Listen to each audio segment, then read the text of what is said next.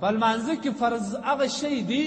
که دا در صفات سو دا لمونځ به بیرته راګرځئ په سجده سهو نه پوره کېږي دا لمونځ به دا بیرته راګرځئ یو د لمانځه در مخه چې کوم دي شرطونه دي اول شرطونه وایو شرط څه معنا شرط دا معنا که د دغه شان پر ځای کړي نه چې ته 10 ورځې پرله پسې لمونځ وکړې ستا لمونځ نه قبلېږي دغه شرطونه به ستا په یاد وي په ځان کې به دې راوستلي هم وي یوازې په یاد نه په ځان کې به دې راوستلي هم وي بیا به چې عبادت ته ودرېږي بیا به دې هغه عبادت قبلېږي دغسې نه قبلېږي اول شرط څه دی اول شرط دا دی طهارت البدن بدن به دې پاکي بیا اودسه به نه جنوب به نه حیضه به نه نفاسه به نه دا شی به نه د جنابت څه به هم پاکې که بیا اودس به هم کوې که دې اودس نه یې کړي چې دا ټوله ورځ الله تبارک وتعالی ته پر سجده ودرېږي هېڅ فایده نه کوي ختم نو اول شی چې کوم دی هغه څه دی طهارت البدن د بدن پاکوالی دوهم د جامو پاکېدل که د انسان پر جامه باندې نجاست غلیظه څه ته وایي بولې غټې بولې وینې مني دا ته نجاست غلیظه وایي که د انسان پر بدن باندې د 1 درهم اندازه 1 درهم دا په ورغوي کې چې څومره اوبه درېږي دې ته درهم وایي بعض کسان د دې غلط تعبیر کوي وایي یو ورغوي که یا په ورغوي کې چې څومره اوبه درېږي دغه ته درهم وایي دغه 1 درهم که درکه چې ستا جامه مرداره وه ته په خبر نه وې یا په خبر وې یېره دي ده دا لمونځ بېرته راګرځېدل غواړي که چیرې د 1 درهم کم وه ساس کې وه یا دلته یو ټکی و یا دلته یو ټکی و لمونځ یې په کړی و پروا نه لري لمونځ یې صحیح دی خو بل منزل لره یې پرېږده دا کالي که چې دومره مقدار وه دا بیا لمونځ نه ورسره کېږي دوهم شرط څه سو د جامو پاکېدل درېیم شرط چې کوم دی هغه څه دی هغه درېیم شی د ځای پاکېدل په کوم ځای چې ته لمونځ کوې دا غالۍ باندې کوې پر مسله باندې کوې پر مځکه باندې کوې او پر پټو باندې کوې دا ټول به پاک که یو مردار لمونځ نه سره کېږي دا یې 4 درې او بل عورت به دې پټ وي د نارینه عورت چې کوم دی هغه د دغه نامه لاندې دا زنګنو پرې که دې دلته په ورانه کې دومره ځای ښکاره و چې هغه وړاندې ښکاره کېدی غټ ځای و دا لمونځ نه سره کېږي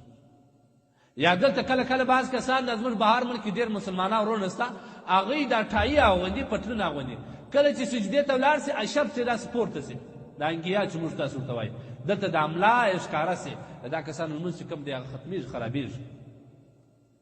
ځکه چې دا عورت دی د نامه لاندې دی عورت ښکاره سي خو لمونځ ولاړې ختم سو نو لهذا عورت به دې پټ وي د ښځې لپاره عورت څه دی دا ښځې عام طور بې احتیاطه دي که چیرې د دې وریښتان راوتلي 4-5 وریښتان که درې په دا ځای پرتې د دې ښځې لمونځ نه رسېږي دا ورسان به پټ وي لاسونه به د دا ځای ښکاره وي دا بجله کې به لا پټ وي که داسې په لمانځه به مابینځ کې په وړنې ولاړ سي او د دې سینه ښکاره سي دې ژر نه کړي راپورته یو رکن اندازه داسې تېر سو د دې ښځې لمونځ ناجایز دی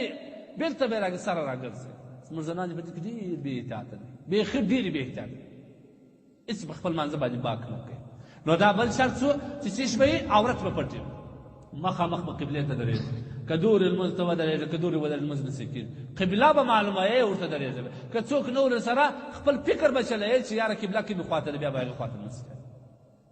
او بل په خپل وخت باندې به لمونځ کوي د وخت څخه وتلی نه اوس د سهار لمونځ به دا وخت نه کوي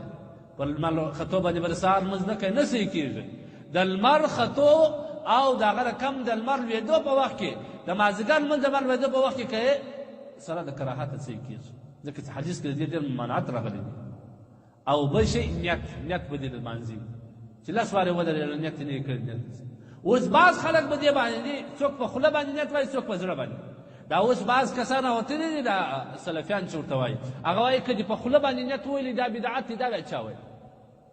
ګورې زموږ فقها لیکي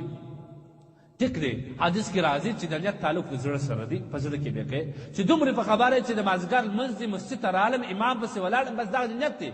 لیکن زموږ فقها څه وایي عجبه زبردسته نقطه لیکي زموږ احناف فقها لیکي هغه وایي په خوله یې موږ په دې وجه وایو کله ناکله د عام کسانو ذهن بل ځایي هسې الله اکبر وکړي نیت یې نه سم هغه په خوله چې نیت ووایي زړه او خوله یې سره یو سي د زړه نیت او د خوله نیت سره یو سي نو بیا دا بهتره خبره سوه زړه یې متوجه سو نو په دې باندې موږ په خوله باندې نیت وایو نیت به هم کوي دا شپږ شیان دي دا به موږ تاسو سبا پورې ښه یادوو اول څه دي اول دا دی چې طهارت د بدن، دوهم طهارت د جامو، دریم طهارت د ځای، څلورم ستر د عورت، او پنځم چې کوم دی مخامخ قبلې ته درېدل، او شپږم چې کوم دی د لمانځه اوقات، اووم چې کوم دی هغه نیت. الله جل جلاله دې موږ ته د ښه لمانځه توفیق راکړي. دا لمانځه ډېر مهم شی دی، بیخي مهم شی دی، او تر ټولو موږ زیات کوتاهي په دې لمانځه کې کوو. رکوع مې څنګه ده، سجده مې څنګه ده، بل رکن مې څنګه دی. الله دې د ښه لمانځه توفیق راکړي. واخر دعوانا